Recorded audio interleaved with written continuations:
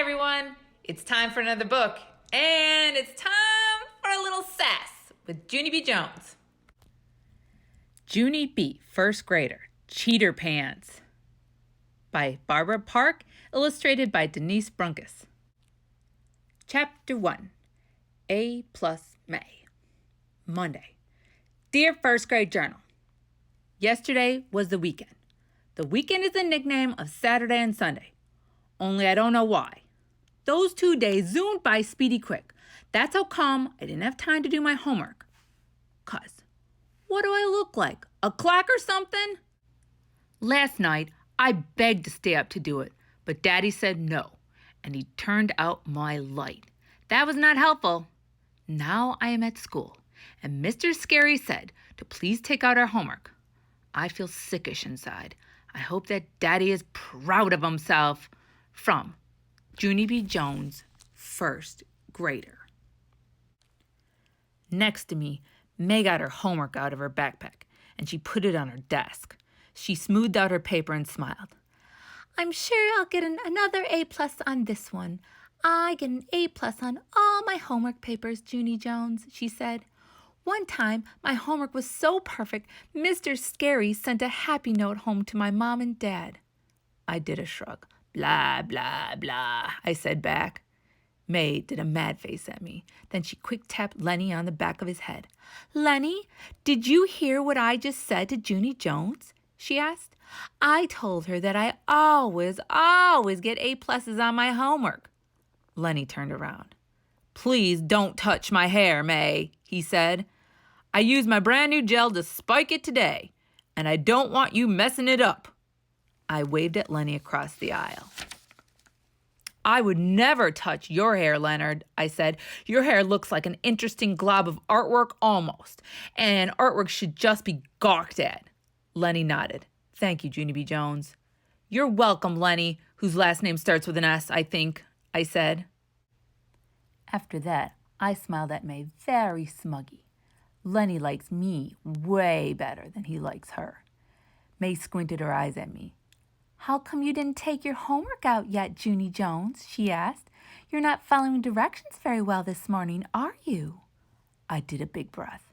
Then I quick reached into my backpack and I pulled out a rumpled paper and I pretended it was my homework. There, I said, there's my homework. Now please mind your own beeswax, you snoopy pooper May.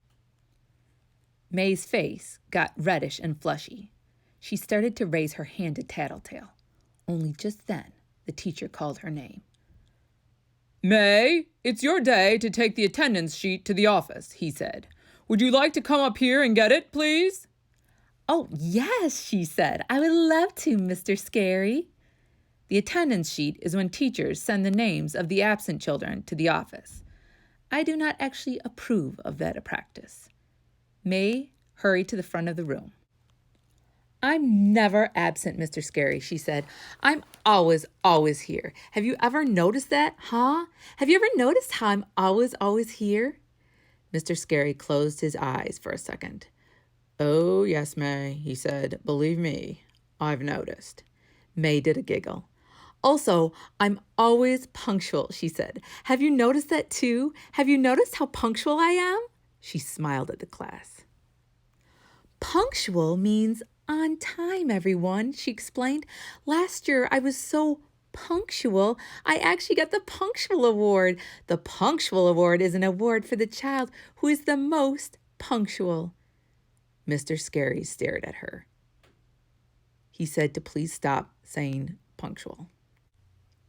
After that, May took the attendance sheet and she skipped to the door. Don't worry, room 1. I will get this attendance sheet to the office all safe and sound, she said real loud. Then everyone who isn't here will get reported to the principal, and that's exactly what they deserve. Mr. Scary did a sigh. Please, May, just go, okay? He said. May did a wave. Then she hurried out the door. After she was gone, I roamed my eyes around the room. All of the children had their homework papers out but me. My insides felt sickish again, because pretty soon Mr. Scary would find out that I didn't do my assignment. I swallowed real hard. My eyes kept on roaming around, and then what do you know? They roamed over to May's desk, and surprise, surprise, I saw her homework paper sitting there. It was right out in plain view, I mean. My heart pounded and pounded at that sight, 'cause my brain was getting an idea, that's why. I tapped on my chin, very thinking. Then, quiet as a mouse, I pulled May's paper a little closer, and I copied what it said. After I got done, I breathed in relief, 'cause now I had a homework paper. I smiled just to myself. Then I closed my eyes and I whispered thank you to May for letting me borrow her homework. I hope you enjoyed Chapter 1 of Junie B. Jones' Cheater Pants.